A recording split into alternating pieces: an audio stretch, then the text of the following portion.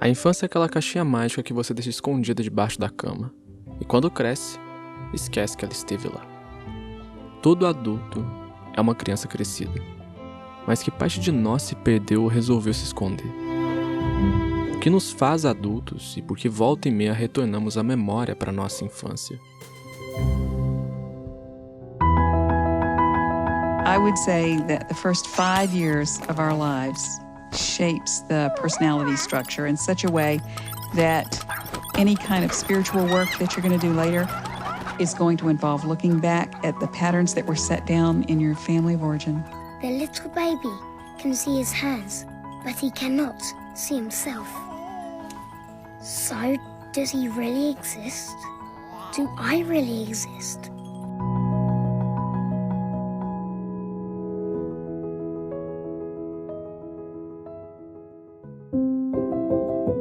O filme Castelo Animado, inspirado nos livros de Diana Wynne Jones, retrata uma garota que se refugia em um castelo andante para fugir das guerras. A animação foi criada pelo famoso estúdio Ghibli e com esse jeito meio mágico e contagiante das cores, retrata muito bem o lado infantil.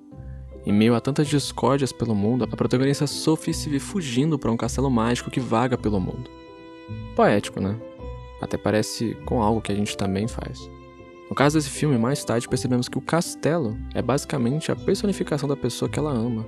E o mais interessante no filme é como a idade da personagem muda. Quanto mais ela ama, seja o outro, seja o mundo ou até a si mesma, mais o corpo dela vai voltando a ser criança.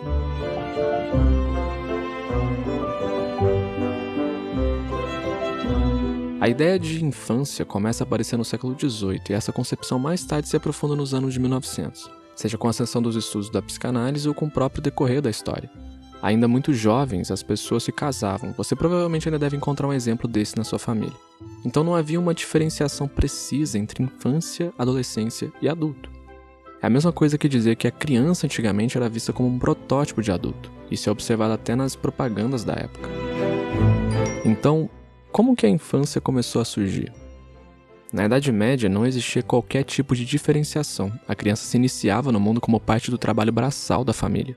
E atingindo certa idade, chegava a se casar e ter filhos. Não existia o sentimento de infância. Séculos depois da Idade Média, a visão sobre a criança ser um projeto de adulto começou a ficar questionável. Nasciam então os quartos para bebês, brinquedos e um espaço para a criança crescer. E é a partir daí que, principalmente com a psicanálise, o estudo da criança surge. A gente percebeu que o discurso infantil, as falas, os diálogos, o pensamento é diferente do adulto. E que, na verdade, tínhamos muito a adicionar nas nossas vidas ouvindo as crianças. Não só por sua visão mais inocente do mundo, mas porque a sua estrutura psíquica era diferente da nossa. A psicanálise que o Freud trouxe foi uma das primeiras a analisar a criança e a sua estrutura psíquica. Infância significa aquele que não fala. A infância, portanto, é a época da criança criar laços sociais, uma linguagem, receber afeto. A criança descobre o mundo, explora, mas mais que isso, usa os pais e as suas relações como alicerce para se formar como pessoa. As relações familiares dizem muito sobre os futuros adolescentes e adultos.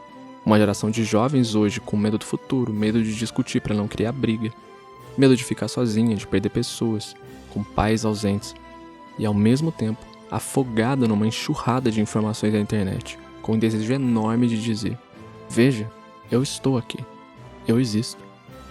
Hoje encontramos crianças que, presas nas suas casas, no celular, na televisão, não sabem como é o mundo lá fora. E isso faz falta. Eu não estou dizendo que os filhos não podem ter contato com a internet, eu estou dizendo que é preciso usar isso de forma inteligente. Da mesma forma que as crianças de antigamente ficavam presas dentro de casa, estudando ou no seu mundinho, o mundo está muito além das páginas de um livro.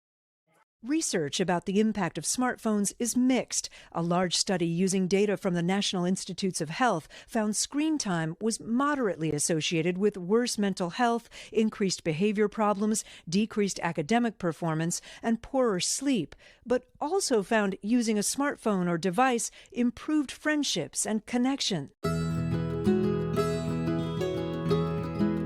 Na própria literatura, as personagens infantis geralmente são vistas como curiosas, criativas, com o desejo de querer entender o mundo. É quase a mesma coisa que os adultos, só que elas são mais sinceras. No filme Coraline, a gente vê uma criança que, cansada de pais ausentes, decide ir para um mundo mágico onde ela poderia ter tudo o que quisesse.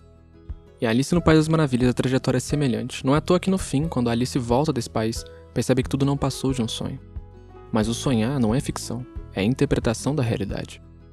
Nós, enquanto adultos, temos os nossos desejos e os mais profundos ressurgem pra gente nos sonhos. Alguns deles percebidos como vontades quase que infantis ou impossíveis. Como eu disse, não é ficção. É a nossa visão e busca pela realidade. E isso é moldado principalmente pela infância. No livro O Oceano no Fim do Caminho, o Neil Gaiman narra a história de um homem que, voltando à sua terra natal, também volta a pensar sobre a sua infância. Lembra das suas amizades, suas aventuras e mesmo com as mudanças a gente se adapta e percebe que tudo o que somos está relacionado a como crescemos. Como o próprio Gaiman escreve, nada nunca é igual. Seja um segundo mais tarde ou 100 anos depois, tudo está sempre se agitando e se revolvendo. E as pessoas mudam tanto quanto os oceanos.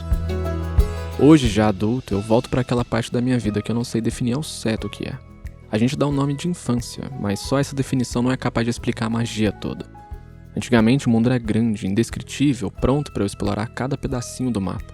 E eu me arriscava dentro do meu castelo, vagando por aí. Eu não queria entender como as coisas funcionavam, eu queria pintar o mundo.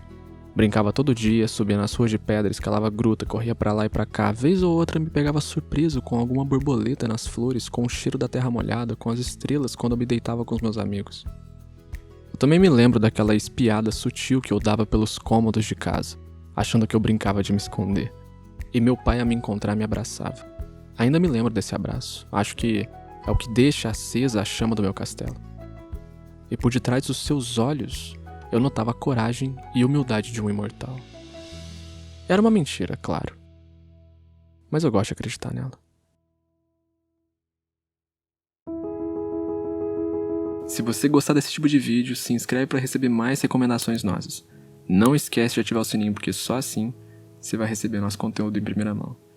E curta e compartilhe com quem você acha que também vai gostar.